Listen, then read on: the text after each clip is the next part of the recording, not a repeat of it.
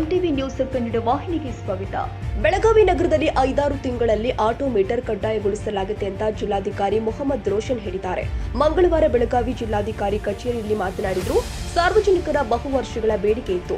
ನಗರದಲ್ಲಿ ಸಂಚರಿಸುವ ಆಟೋಗಳಿಗೆ ಮೀಟರ್ ಅಳವಡಿಸಬೇಕು ಅಂತ ಆಟೋ ಚಾಲಕರಿಗೆ ತೊಂದರೆಯಾಗದಂತೆ ಮೀಟರ್ ಅಳವಡಿಸುವಂತೆ ಸೂಚನೆ ಕೊಡಲಾಗಿದೆ ಎಂದಿದ್ದಾರೆ. ಇಲ್ಲಿ ರೋಡ್ ಟ್ರಾನ್ಸ್ಪೋರ್ಟ್ ಅಥಾರಿಟಿ ಸಭೆಯಲ್ಲಿ ನಾವು ಎಲ್ಲ ಆಟೋ ಚಾಲಕರ ಅಸೋಸಿಯೇಷನ್ಗಳ ಮುಖಾಂತರ ನಾವೊಂದು ಫೀಡ್ಬ್ಯಾಕ್ ತಗೊಂಡಿದ್ದೀವಿ. ಅವ್ರು ಏನು ಹೇಳಿದ್ರು ಅಂದರೆ,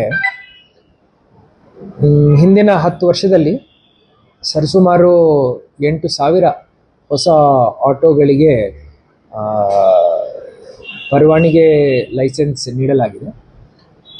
ಅದರಿಂದ ಡಿಮಾಂಡ್ಗೆ ತಕ್ಕಂಥ ಸಪ್ಲೈ ಆಗ್ತಾ ಇಲ್ಲ. ಸಪ್ಲೈ ಅಂದರೆ ಆಟೋ ಚಾಲಕರ ಏನು ನಂಬರ್ ಇದೆ ಅದು ಜಾಸ್ತಿ ಆಗಿದೆ. ಸೊ ನಾವು ಅವರ ಬೇಡಿಕೆ ಏನಿತ್ತಂದರೆ, ಈ ಪರವಾನಗಿ ಏನಿದೆ ಇದನ್ನು ಸ್ವಲ್ಪ ತಡೆ ಮಾಡಬೇಕು, ಒಂದು ನೆಕ್ಸ್ಟ್ 5 ವರ್ಷ ಕೊಡಬಾರ್ದಂತ.